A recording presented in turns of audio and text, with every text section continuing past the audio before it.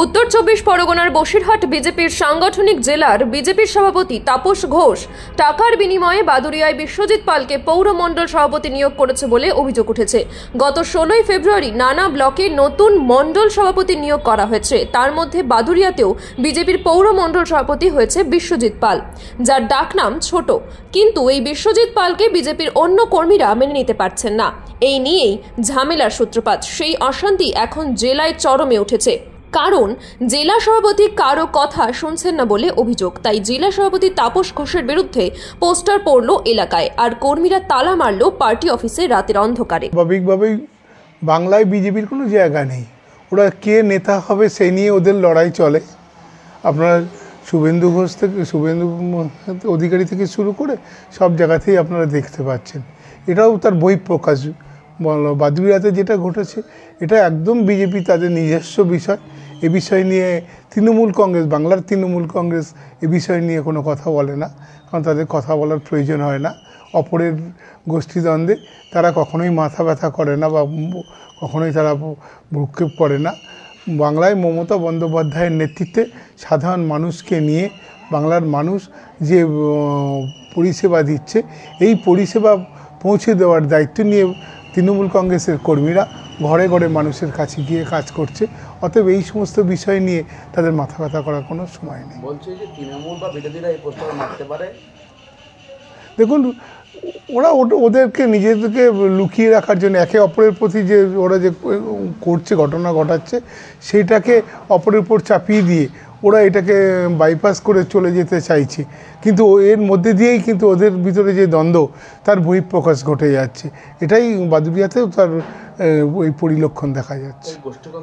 একদম তাই, এই গোষ্ঠীদ্বন্দ্ব ওদের মধ্যেই নিজেদের মধ্যেই চলছে।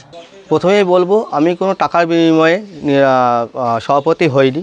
এই সভাপতি আমরা ছদিন আগে নির্বাচন হয়েছে, আমাদের সাংগঠনিক নির্বাচন। তাতে বুথ স্তর থেকে মানে সাধারণ মানুষ এবং বুথ স্তর থেকে আমাকে ভোটাভুটির মাধ্যমে নির্বাচিত করেছে। দল আমাকে সভাপতি নির্বাচন করেছে। সভাপতি নির্বাচন করার পরেই আমি দলের মানে সমস্ত কর্মীদেরকে আমার তরফ থেকে আন্তরিক শুভেচ্ছা এবং অভিনন্দন জানাচ্ছি আমি, এবং কৃতজ্ঞতাও জানাচ্ছি যে আমার মতন সাধারণ মানুষকে দল সভাপতি নির্বাচন করেছে। এতে আমাদের দলের কোনো গোষ্ঠীকন্দল নেই, কোনো কিছু নেই। আমরা সবাই একসঙ্গে দলের হয়ে কাজ করতে চাই, এটা আমার বার্তা। এবং যারা এটা করেছে, অনেক টিএমসির নেতাদের ঘুম উড়ে গিয়েছে, আমার মতন ছেলেকে দল সভাপতি করেছে।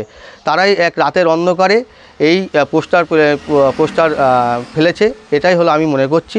লেখা রয়েছে পোস্টারের নিচে সৌজন্যে বাদুড়িয়া বিধানসভা বিজেপি কর্মীবৃন্দ। তাহলে কি আপনাদের মধ্যে গোষ্ঠীদ্বন্দ্বের ফলে এটা হলো? না, গোষ্ঠী কোনো কন্ট্রোলই নেই। আমরা সবাই এক, আমাদের কোনো গোষ্ঠী নেই, কোনো কিছু। আমরা একটাই গোষ্ঠী, ভারতীয় জনতা পার্টি, এই আমাদের মূলত গোষ্ঠী।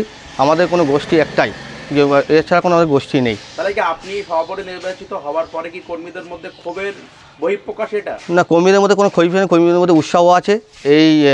এইটাই আমি সাধারণ মানুষকে আমি জানাতে চাই যে কর্মীদের কোনো উৎসাহ, মানে উৎসাহটা বেশি আমাদের মধ্যে, যে আমার মতন মানুষকে পাশে পেয়েছে। এটা অ্যাকচুয়ালি চক্রান্ত, টিএমসি এটা চক্রান্ত। টিএমসি এটা আমি এটাই দেখাতে যে মানে আগামী দিন বিধানসভা, বাদুড়িয়া বিধানসভা জয়যুক্ত হতে চলেছে 2026-এ। সেই লক্ষ্য নিয়েই আমি এগোচ্ছি, এবং আমি 2026-এ ভারতীয় জনতা পার্টিকে বাদুড়িয়া বিধানসভা উপহার দেব, এই আমার মনোসভাপতি হিসাবে আমি লক্ষ্য। আপনি বলছেন যে গোষ্ঠীদ্বন্দ্ব নেই, কর্মীদের মধ্যে কোনো ক্ষোভ নেই, তাহলে এই পোস্টারটা মারলো কারা? সেখানে তো লেখা রয়েছে স্পষ্ট বাদুড়িয়া বিধানসভা বিজেপি কর্মীবৃন্দ। তাহলে কারা মারলো?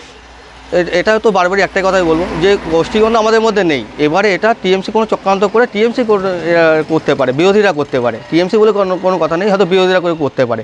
টিএমসি, কংগ্রেস, সিপিএম যেই হোক না কেন এটা করতে পারে। আপনার নাম পরিচয়? আমার নাম হলো বিশ্বজিৎ পাল, বাদুড়িয়া মণ্ডল সভাপতি।